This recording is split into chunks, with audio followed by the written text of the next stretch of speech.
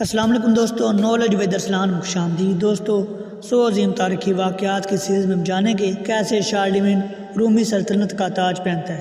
دوستو، بعض مورخوں کا خیال ہے کہ شارلیمین یعنی چارلس اعظم مغربی رومی سلطنت کا تاج پہننے کا خواہاں نہ تھا اور نہ اس تاج پوشی پر خوش ہوا۔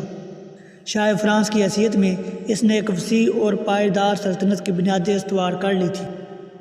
رومی شہنشاہی نے اس کی قوت میں کوئی قابل ذکر اضافہ نہ کیا۔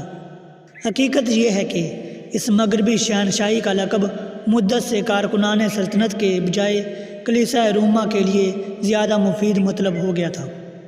شارلیمین نے یہ تجویز بھی پیش کی کہ مشرقی سلطنت کی ملکہ ایرین اس سے شادی کر لے اور اس طرح دونوں سلطنتیں متحد ہو جائیں، مگر اس اثناء میں ملکہ ایرین کو تخت سے اتار دیا گیا اور نسیفورس مشرقی سلطنت کا شہنشاہ بن گیا۔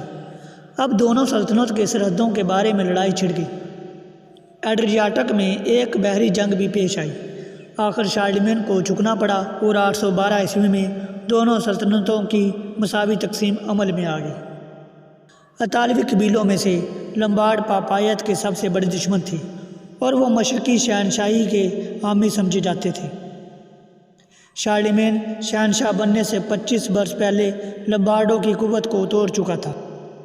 یورپ کے بڑے حصے کا مالک بن جانے کے بعد اس نے آکھن یعنی جرمانیہ کو دارالحکومت بنایا۔